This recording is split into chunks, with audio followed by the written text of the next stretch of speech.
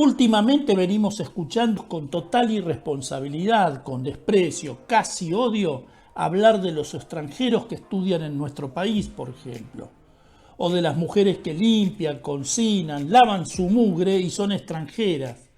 Es común el trato de bolita, de paraguas, los sudacas, los cabezas, los villeros, meta bala y bala. Ese tipo de discursos nos está inundando. Para los jóvenes es imprescindible aclararles que esto no existía en nuestra época, cuando nosotros éramos jóvenes. Sin embargo, no siempre fue así. Hoy vamos a contar una historia que tiene casi 150 años, casi no, 150 años, y que tal vez es desconocida para todos. Es la historia de Tata Dios, de la masacre de Tandil, de un caso de xenofobia extremo. Este programa entonces pretende alertar, porque aquellos pueblos que olvidan su pasado están condenados a repetirlo.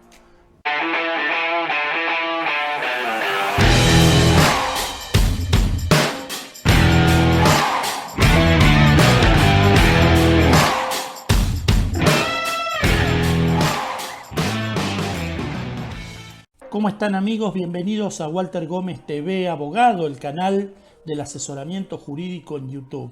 Hoy vamos a hablar, como dijimos, del caso Tata Dios. Jerónimo Solané era un personaje, no se sabe si boliviano, chileno, santiagueño, entrerriano, pero que andaba por nuestras tierras. Era un brujo sanador, un profeta, una de esas personas que tiene mucha labia, como decimos habitualmente. Era bastante famoso, dentro de lo que sería famoso en aquella época, ¿no? Tenía mucha influencia en sus vecinos. Y le decían Tata Dios. ¿Por qué?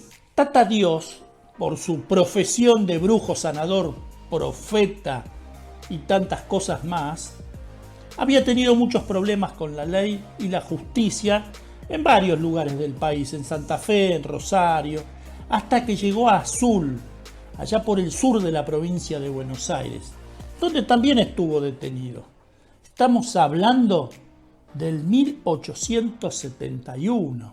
En esa época, Ramón Rufo Gómez era un estanciero de la zona de Tandil, y lo encuentra a este hombre y lo lleva a su estancia, una estancia muy famosa llamada La Argentina, y lo llevó para que curara a Ángela Pérez, su esposa, su mujer, que padecía terribles migrañas, eran tan fuertes que no podía vivir. Claro, qué mejor que el brujo sanador, profeta y tantas cosas más para que curara a la mujer. Y lo hizo. Se detuvieron las migrañas, las jaquecas. Entonces, en agradecimiento, lo deja vivir en un puesto llamado La Rufina, cerca de lo que es de la Canal, a 34 kilómetros de Tandil. Tandil en aquella época contaba con más o menos 1.500 habitantes. Acuérdense que por ahí estaba más o menos la frontera en aquel entonces. Lo deja vivir a Tata Dios en ese puesto, y Tata, ¿qué hacía? Ayudaba a la gente, predicaba, tenía muchos seguidores por esto de que también era sanador, algo de adivinación que hacía. Incluso tenía unos que se hacían llamar los 12 apóstoles. Claro, en 1872, 1871, no había médico en esa zona y juntaba mucha gente, pero Tata también tenía algunas posiciones que vamos a llamar políticas por ahora. Mucha gente asistía a recibir sus sanaciones, él daba hierbas, preparados curativos, como dijimos, hoy lo definiríamos como un típico curandero. Si nos ubicamos mentalmente en aquella época y hacemos el esfuerzo, vamos a recordar que era una época donde comenzaba a crecer la inmigración europea, los gringos, y los criollos estaban preocupados porque veían a los extranjeros como quienes les quitaban los mejores trabajos. Los gringos, los masones, y con religiones que no eran admitidos por los criollos. En esa época, recuerden, estábamos en el periodo de la sanción de la primera Constitución, que había sido en 1853. En 1859 se había incorporado Buenos Aires a la Confederación Argentina. Se establecían las primeras leyes del país y estas leyes establecían el derecho de propiedad. Fue el comienzo del ingreso del alambrado a las tierras del país. El dueño de la tierra pasaba a ser también el dueño de los animales silvestres que estaban sobre ella. Pasaba a ser el dueño de la leña, el dueño de todos los rinconcitos, de las piedras, de los peces. Claro, muchos criollos y puesteros reclamaban su derecho a la tierra y además habían perdido la libertad de desplazarse por el territorio y comer lo que encontraban, lo que cazaban, lo que pescaban, tomar leña para encender fuego.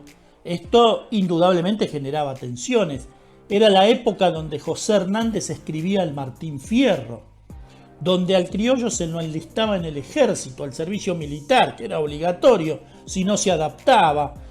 Claro, eran acusados de vagancia, de sucios, de pendencieros. ¿Y cómo terminaban los criollos? Como soldados de línea en la frontera peleando contra el malón, que padecía lo mismo que ellos, pues las raciones que le prometía el gobierno nunca llegaban o llegaban tarde. El gobierno, para tranquilizar la cosa, le ofrecía y le prometía raciones de alimentos a los indios, al malón, para que no atacaran. Claro, cuando no llegaban, la cosa se ponía complicada y cuando protestaban le mandaban los soldados de línea para que los mataran. Mientras el extranjero ya estaba adaptado a estas nuevas leyes que se pretendían imponer en el país. ¿Por qué? Porque son normas importadas de Europa. Son normas que la Argentina toma en general copiando, con modificaciones, pero copiando al fin y al cabo, el modelo europeo, el modelo centroeuropeo. Para decirlo simple y cortito, el alambrado había llegado a la pampa argentina para quedarse.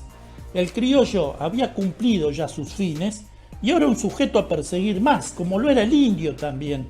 Por eso muchas veces escapaban a la toldería y terminaban participando de la vida del indígena. Conclusión, los gauchos, los indios, ya no podían cazar para comer, no podían cortar leña, como dijimos, ni tomar las piedras o materiales para construir su casa. Eran leyes que vinieron a imponerse y que escapaban a su realidad. Los inmigrantes, como dijimos, estaban adaptados y rápidamente obtuvieron los mejores puestos, los mejores salarios, dentro de lo que podemos hablar de esa época, ¿no? Con tantas injusticias, con tanta esclavitud no declarada, con tanta explotación. Pero en general el extranjero, los turcos se transformaban en mercachifles, los italianos iban a trabajar al campo, los españoles ponían sus almacenes. Bueno, era una nueva sociedad. Dicho todo esto, recuerden que antes dijimos que Tata Dios tenía también ideas políticas. Y esas ideas políticas tenían que ver con la reivindicación de lo criollo, con cierto discurso profético, con el fin del mundo, la reconstrucción de uno nuevo para los criollos. Hay mucho de esto. Pero ¿qué pasó? El 31 de diciembre de 1871 estaba de presidente Sarmiento. Jacinto Pérez, que era un seguidor de Tata Dios, y un grupo que se congregaba junto a él, salieron de cacería de extranjeros y lo hicieron rumbo a la estancia La Santa Marina. ¿Por qué? Porque la Santa Marina era del extranjero más poderoso e influyente de la zona. La reunión inicial de este grupo fue en el rancho de Jacinto Pérez, que se hacía llamar San Francisco, ¿no? No fue en el puesto de Tata Dios. Salieron, primero mataron a un joven italiano que se lo encontraron en la plaza porque él vivía ahí, Santiago Inverti, que seguramente venía de tocar, de alegrar alguna fiesta, porque estamos hablando que estábamos en plena celebración de Año Nuevo. Luego fueron a la comisaría, juzgados de paz, tomaron los sables, liberaron al único preso que había ahí, que era un indio a quien no mataron, porque precisamente no era un extranjero. Salieron en este raid de asesinatos matando. Esa madrugada del 1 de enero de 1872 mataron 36 personas. 36. Ese mismo día había elecciones a diputado nacional en Tandil. Fíjense todos los hechos que se concatenan, que se relacionan, ¿no? Por ejemplo, atacaron 2 carretas a orilla del río Tandil y mataron a todos. Llegaron a lo que hoy es de la Canal, donde habitaba Juan Chapar, que era un turco que tenía un almacén, hospedaje, pulpería, y mataron a 17 personas, incluido un bebé de 5 meses, una niña de 4 años y otra de 5 años. Es decir, estaban totalmente sacados los gauchos. Debo aclarar que algunos dudan de lo que ocurrió en ese lugar, pues se llevaron los papeles de la deuda y muchos estancieros se liberaron de ellos. Esto lleva a una teoría de que detrás de todo esto no estaban los discursos de Tata Dios, sino algunos poderosos que se aprovecharon, porque Juan Chapar también era prestamista, pero esto es una versión. Lo cierto es que estos gauchos salieron a matar extranjeros cargados de ese odio, de esa xenofobia. Les sigo contando qué fue lo que pasó. Ante el estupor inicial se armó una partida para salir a detener a los criollos. Esa partida los encontró. En el enfrentamiento mataron a 11, otros dicen que solo murieron 8 y detuvieron a 12. Otros escaparon, se fueron. Entre los muertos estaba Jacinto Pérez, el jefe, el cabecilla de esos criollos. Se dice que en total llegaron hasta ser 50, no pocos para esa época, ¿no? Mientras tanto, Tata Dios dormía en su puesto. Tata Dios era muy cuestionado por sus prácticas. Cuando lo detienen, lo van a buscar porque enseguida salió de que Tata Dios tenía un discurso anti-extranjero, un discurso de reivindicación de lo criollo, mezclado con cuestiones proféticas. Cuando lo detienen, él juraba inocencia y dice que nunca impulsó, ni autorizó o participó de esta acción. Pero era tarde porque ya todos los consideraban el instigador como mínimo. Para terminar, el 5 de enero, mientras estaba detenido en la celda que daba a la calle, le dispararon por las ventanas, con 2 armas cruzadas, y murió. Murió Tata Dios, 9 perdigones le dieron. El poncho de Tata se encuentra en el Museo de la Independencia de Tandil, con los agujeros de los disparos, uno puede ir a verlo. ¿Y qué pasó? El resto de la banda fue condenada. 3 a muerte, Esteban Lazarte, Cruz Gutiérrez, Juan Villalba. Juan Villalba no llegó a la ejecución porque murió antes. Otros fueron condenados a prisión y algunos fueron liberados porque no se probó su participación, y están los que se escaparon y que no se supo más de ellos, ¿no? ¿Qué se dice? Que a Tata Dios lo enterraron parado en la entrada del cementerio para que no descansara y todos los pisaran, y además no estuviera, se quedara a las puertas del Camposanto. Contado este relato histórico, y que tal vez tenga mucho ya cambiado a través de los años, lo cierto es que la masacre de Tandil es el primer gran antecedente de un ataque de este tipo acá en nuestras tierras, en Argentina. Y obviamente es considerado como un acto de xenofobia. ¿Por qué? Porque los gauchos, al atacar, gritaban: mueran los gringos, mueran los extranjeros, mueran los masones. Algunos dicen que gritaban también viva la religión, lo cual es probable porque muchos de ellos se hacía llamar San Francisco, los 12 apóstoles. Evidentemente todo tenía que ver con todo, ¿no? Algunos historiadores, periodistas, dicen que la masacre fue impulsada por terratenientes que le debían mucho dinero a Juan Chapar. Es mi obligación decirlo. Entonces utilizaron este odio al extranjero que estaba copando la zona y lograron que se formara una horda de 50 gauchos que degollaron a cuanto gringo se les cruzó. pero sobre todo a los Chapar. Exterminaron a la familia Chapar. Un punto a favor de la organización La Solané. ¿Qué es la organización La Solané? Es un grupo que intenta reivindicar a Tata Dios. Como que Tata Dios fue acusado injustamente. Les voy a dejar un enlace abajo para que quien quiera conocer un poco más y sobre todo de la organización vaya.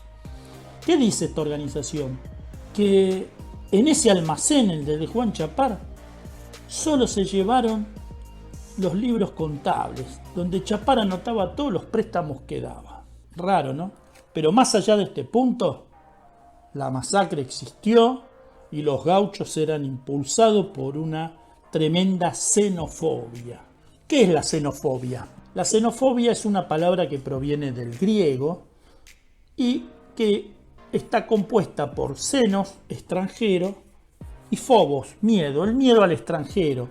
Miedo que después se transforma en odio, en recelo, en hostilidad, en rechazo hacia lo que no es parecido a lo nuestro, hacia los extranjeros. Porque esta palabra se utiliza en una forma extendida como fobia a todos los grupos étnicos diferentes, hacia personas cuya filosofía social, cultural o política no coincide con la nuestra, o incluso que se desconoce totalmente. Ahora bien, la xenofobia, este odio al extranjero, recelo, odio, también se transforma en una ideología muchas veces articulada, donde tiene fundamentos, supuestos fundamentos, donde explican el porqué, donde argumentan a su favor. Vayan pensando que estamos hablando de 1870 y cómo se compara con lo que pasa hoy. Cómo hay hoy algunos que tienen un discurso así de fuerte, piensen en Tata Dios con el discurso, y claro, muchos lo escuchan, muchos se fanatizan y pueden hacer desastres, aunque no sea la intención primaria de aquel que tiene ese discurso. Pero lo que debemos saber y aprender de la historia, como dijimos, es que estos discursos suelen ser la herramienta que toman y potencian después algunos que terminan cometiendo atrocidades o barbaridades. No es la única masacre de extranjeros en el país, ya le vamos a contar alguna otra que ocurrió a principios del siglo XX con los turcos también en el sur. Y nosotros tenemos ley, tenemos en el Código Penal previsto o prevista la xenofobia. En los años 80 este tema se empezó a discutir mucho, pero fundamentalmente basada en actos discriminatorios, en actos racistas, y entonces se sanciona la ley 23.592. Fue sancionada en el 3 de agosto de 1988 y se promulgó el 23 de agosto de 1988, bajo la presidencia de Alfonsín, pero fue apoyada por todos.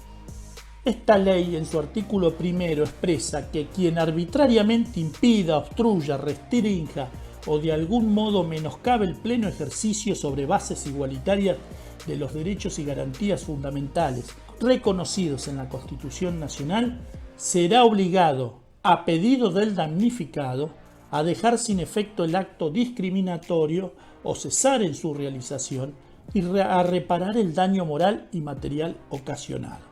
Y aquí viene lo importante.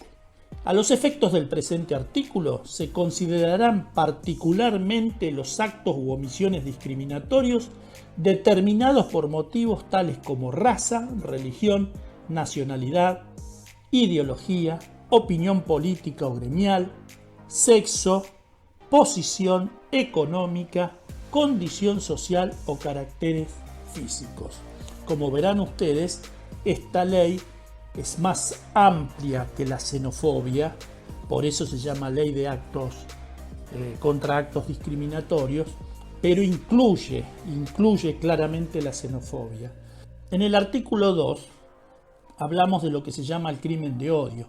¿Por qué? Porque aquí es donde se establece que se elevan las penas en 1/3 del mínimo y en 1/2 del máximo de la escala penal de todo delito reprimido por el Código Penal o las leyes complementarias cuando sean cometidos por persecución u odio a una raza, religión, nacionalidad o con el objeto de destruir en todo o en parte un grupo nacional, étnico, racial o religioso.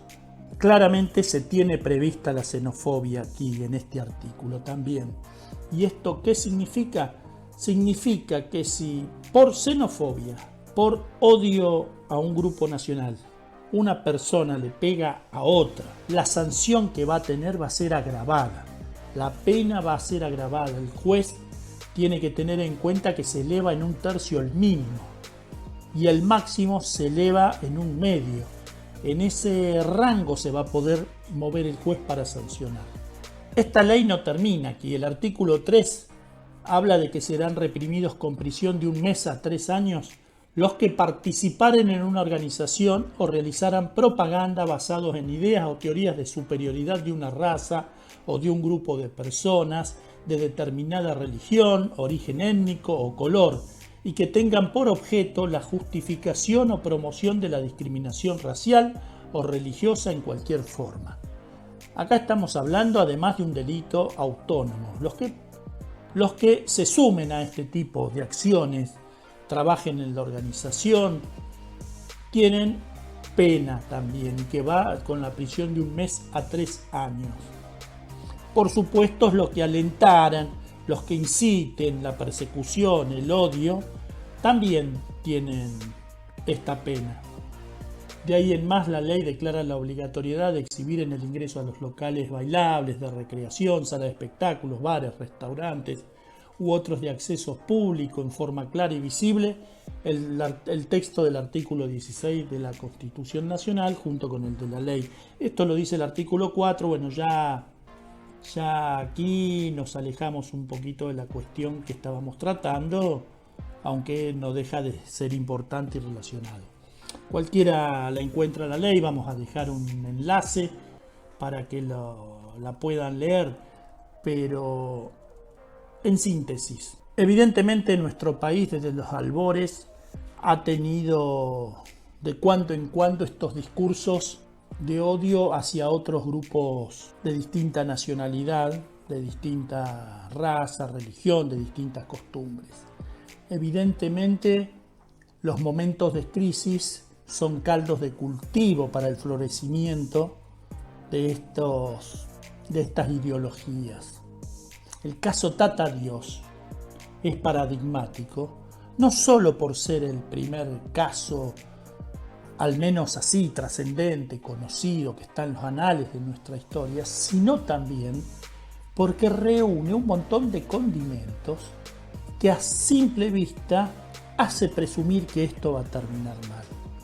Un presunto profeta, curador, sanador, brujo, que tienen una ascendencia importante sobre la gente. Hoy podríamos hablar de un influencer, hoy podríamos hablar de alguien de YouTube, de un político, de un artista, que tiene ascendencia sobre la gente y que baja un discurso preocupante, al menos, el discurso de que la situación está mal, producto por los extranjeros que vienen a quitarnos el trabajo. El segundo condimento, los gauchos que se encontraban en una situación complicada porque sus tareas ya no eran requeridas como antes y terminaban o acusados de vagancia porque había que tener el papel del conchavo.